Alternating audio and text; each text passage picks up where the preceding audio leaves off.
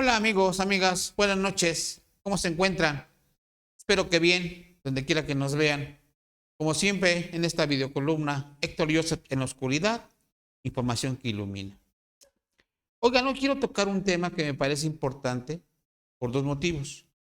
Uno es que, al parecer, la situación que prevalece en el país de inseguridad, pues básicamente va en un aumento, va en un incremento. Y mucha gente podría decir que de alguna manera no es cierto, pero la verdad es que cada día en todo el país existe un sinnúmero, pues llamémosle así, de desaparecidos, de muertos, de balaceras. ¿Y a qué se debe esto?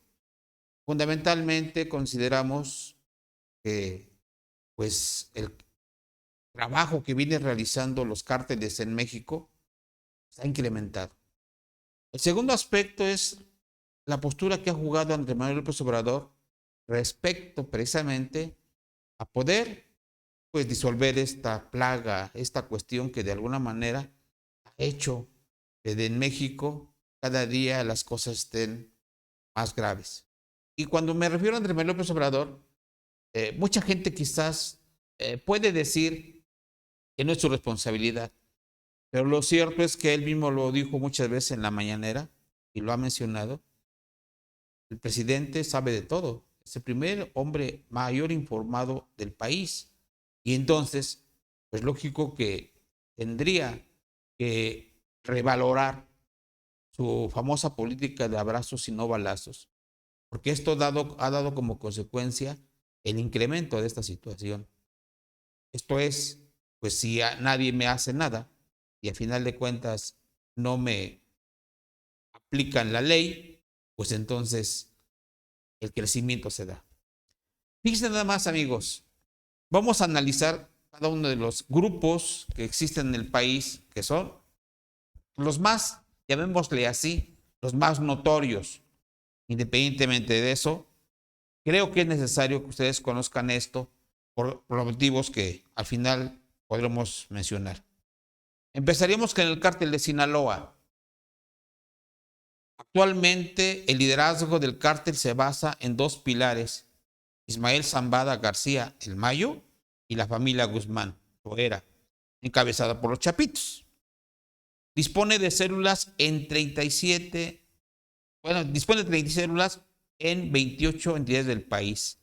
Entre estas destaca Gente Nueva, conformada con varios brazos armados de mafias afiliadas al cártel en Chihuahua, Colima, Durango, Guerrero, Nuevo León, Sinaloa y Tabasco. Cárteles Unidos, la Unión, una plataforma de Sinaloa que reúne grupos locales contra el cártel Jalisco Nueva Generación en Aguascalientes, Guanajuato, Oaxaca, Michoacán, La Barredora, el Comando de la Muerte en Colima, Baja California y Ciudad de México, los Cabrera en Chihuahua y Durango, los R's en Baja California y Baja California Sur, los Zambada en Baja California y Sinaloa, los Salazar en Chihuahua y Sonora, los Artistas Asesinos en Chihuahua y los Jaguares en Chihuahua. Fíjense nada más todo lo que ha avanzado de alguna manera este cártel. Se habla incluso que también tienen presencia en 60 países del mundo. Y bueno, no podríamos decir sin captarse de que han crecido demasiado en estos últimos años. El segundo cártel es el cártel Jalisco Nueva Generación. Con corte al 2019, el cártel Jalisco Nueva Generación tiene 36 células y una escisión, el cártel Nueva Plaza. En ese sentido, registra presencia en todas las entidades, con excepción de Sinaloa. Destaca la alianza con el cártel de los Arellano Félix, conocida como el cártel Tijuana y Nueva Generación. En Baja California, con la Fuerza Antiunión Tepito, en Ciudad de México, y Estado de México, con algunas facciones del cártel Poniente en Coahuila, la célula de El Negro en Puebla, así como los talibanes, que fue una decisión de los Zetas. en Aguascalientes, Quintana Roo, Tabasco, Zacatecas. Por otra parte, mantiene enfrentamientos por el control de mercados ilícitos contra el cártel de Sinaloa en varias entidades, con los Viagra en Michoacán y frente al cártel de Santa Rosa de Lima en Guanajuato. Otro grupo muy conocido también en el país son los Zetas. Los últimos liderados con la capacidad de mantener cohesión fueron detenidos durante la administración de Peña Nieto. Estos fueron Miguel Ángel Treviño Morales, el Z40, el 15 de julio de 2013 en Anáhuac, Nuevo León, y Óscar Omar Treviño Morales, el Z42. El 4 de marzo de 2015 en San Pedro Garza García, y el 8 de febrero de 2018 se detuvo a José María Guizar Valencia, el Z43, o el Chema, en la colonia Roma Norte de la Ciudad de México. Un disminuido líder Z que operaba en Chiapas, Veracruz y Tabasco, a que el gobierno federal de entonces le atribuía la violencia en el sureste mexicano. Actualmente, el resto de los Zetas se encuentran atomizando las pequeñas células antagónicas entre sí y sin cohesión, por lo que en los hechos los Zetas ya no existen como tal. Hay dos escisiones en dos entidades del país, entre las que destacan Cártel del Noreste y su brazo armado, la Tropa del Infierno, agrupaciones responsables de generar violencia en Coahuila, Nuevo León, San Luis Potosí, Tamaulipas y Veracruz. Los Zetas, vieja escuela en Hidalgo, Quintana Roo, Tabasco, Tamaulipas y Veracruz. Zetas, sangre nueva en Coahuila, en Puebla, en Tamaulipas y Veracruz. Y los talibanes, actualmente grupo asociado al cártel Jalisco Nueva Generación en Aguascalientes, Quintana Roo, Tabasco y Zacatecas. El cuarto grupo, cártel del Golfo. Como en el caso de los Zetas, el cártel del Golfo fue pulverizado con operativos federales. Primero, en noviembre de 2010, la cabeza de la facción de los Escorpiones, Tony Tormenta, fue abatido por fuerzas federales en Matamoros, Tamaulipas, y después, en el contexto de la operación Lince Norte, el 12 de septiembre de 2012, la Armada arrestó a Costilla Sánchez, el COS, aunque continuaron otros capos como Mario Ramírez Treviño, comandante X-20, capturado en agosto de 2013 por la Secretaría de Marina. Homero Cárdenas Guillén, el Orejón, falleció de un infarto en 2014, y José Arellano Cárdenas Martínez, el Contador, sobrino de Osiel Cárdenas Guillén y líder de los Ciclones, detenido el 19 de marzo de 2019 en San Luis Potosí. No obstante, la organización ya no estaba cohesionada, sino dividida en distintas bandas antagónicas entre sí. Hoy por hoy se registran 14 escisiones del Cártel del Golfo.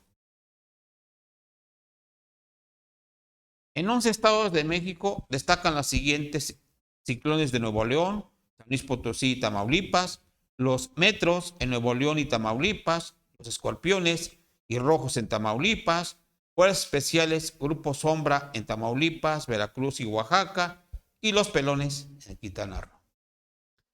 Quinto grupo, Organización de los Beltrán Leiva. En diciembre de 2009, la Secretaría de Marina abatió en un operativo a Marcos Arturo Beltrán Leiva, el Barbas. Su muerte detonó un violento desmembramiento, toda vez que ninguno de los hermanos tenía autoridad para garantizar la disciplina en las distintas facciones de la organización.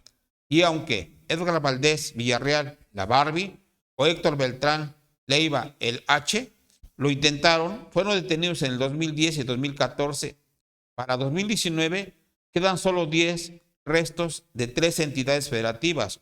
El grupo más relevante y aún mantienen ciertos elementos de la estructura original es la familia Mesa Flores, encabezada por Fausto Isidro Mesa, Chapo Isidro, que dirige los grupos criminales de la oficina y los Mazaclecos, con presencia en Aguascalientes, Baja California Sur, Sinaloa y Sonora. Otros grupos que surgieron de las cenizas, pero antagónicos y sin nexos, son los rojos en Ciudad de México, Estado de México, Guerrero, Morelos y Puebla. Guerreros Unidos en Ciudad de México, Estado de México y Guerrero. Sierra Unida Revolucionaria, Cártel del Sur en el Estado de México, Guerrero y Morelos. Y el Cártel Independiente de Acapulco en Ciudad de México y Guerrero. Los Caballeros Templarios, la familia michoacana, es el grupo 6. La pulverización de la familia michoacana y de los Caballeros Templarios por el surgimiento de grupos de autodefensas, operativos conjuntos, así como la detención y abatimiento de los liderazgos relevantes. El último de estos, el de Servando Gómez Martínez, la Tuta, capturado en Morelia en febrero de 2015. Dejó 12 decisiones en 8 estados. Entre estos destacan los Viagra, encabezados por Nicolás Sierra Santana, el Gordo, y el cártel de Sicuirán, Nueva Generación, de Miguel Ángel Gallegos Godoy, el Migueladas, en alianza con el cártel Jalisco Nueva Generación, en Michoacán, Jalisco y Colima. También está el cártel del Tláhuac, familia Pérez Luna, en Ciudad de México. La nueva empresa o Carter Brothers de Alfredo Hurtado Olacinga, el Fresa, y Johnny Hurtado Oloscoaga, el Pez, en el Estado de México, Guerrero y Michoacán. Los tequileros en Guerrero. La Guardia Michoacana de Homero González Rodríguez, el Gallito. Los Maldonado en el Estado de México y Guerrero. Los Moicas en Michoacán y Guardia Guerrerense en Guerrero. Amigos, amigas, cuando Andrés Manuel López Obrador menciona que prácticamente no hay inseguridad en este momento, creo que se equivoca. Los cárteles siguen funcionando, estos grupos siguen actuando y creciendo. Y lo quiero decir en términos, llamémosle así, como una crítica constructiva, ¿no? No podemos ni debemos permitir que esto siga incrementándose. ¿Cuál va a ser el resultado final con respecto al alto crecimiento de este tipo de grupos? No tan solo se han dedicado a la venta de estupefacientes o droga, también lo están haciendo por medio de extorsiones, cobro de piso, secuestros, grabando. Y entonces, esto ha ido creciendo. Cuando Andrés Manuel López Obrador habla de que la corrupción al final de cuentas ya se acabó, creo que el problema central no lo debemos dirigir hacia la cabeza de la presidencia desde el punto de vista de que él pueda o no conocer o tener conocimiento pleno de la situación. Pero ¿qué pasa en los estados? ¿Qué pasa en donde los gobiernos, de alguna manera, en este momento, están seleccionando a los posibles candidatos, casi un hecho, por la marca Morena, en que tengan un triunfo? La pregunta es, ¿hasta dónde estos grupos tendrán que entregar dinero a los posibles ganadores en esta contienda electoral del 24? Y lo digo abiertamente. ¿Ustedes creen que ejercer esta actividad no representa vínculos de amistades y de compromisos con los nuevos gobiernos que llegarán en el 2024, en este caso, en cada una de las entidades? Pongo ejemplo solamente uno, el de Guerrero. ¿Desde cuándo los grupos delincuenciales en Guerrero han existido?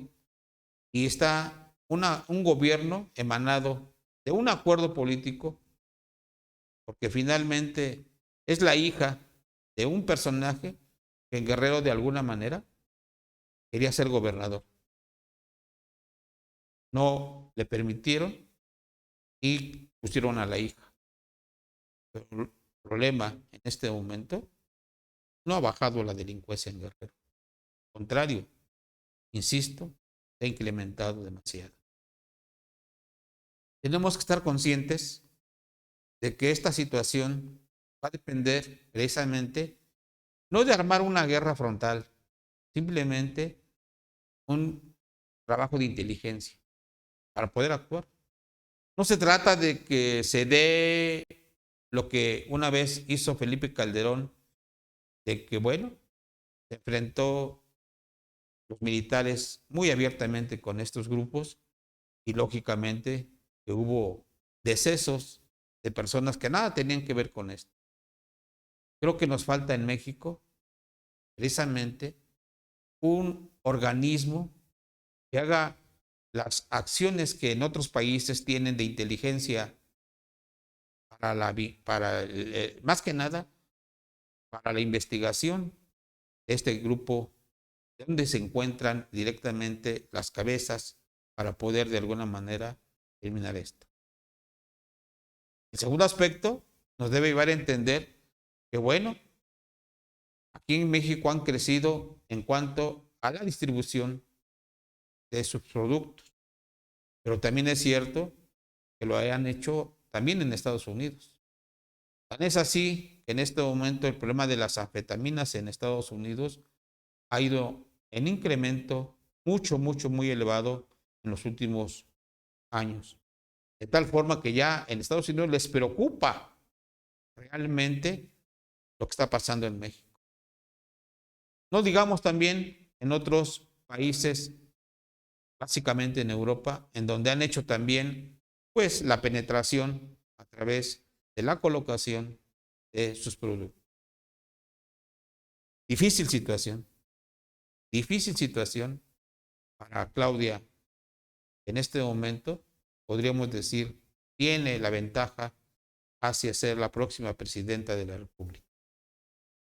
Hoy, lo único que podemos decirle y en esos micrófonos, que se busque la alternativa de iniciar de alguna manera una investigación más amplia para poder actuar de manera inteligente.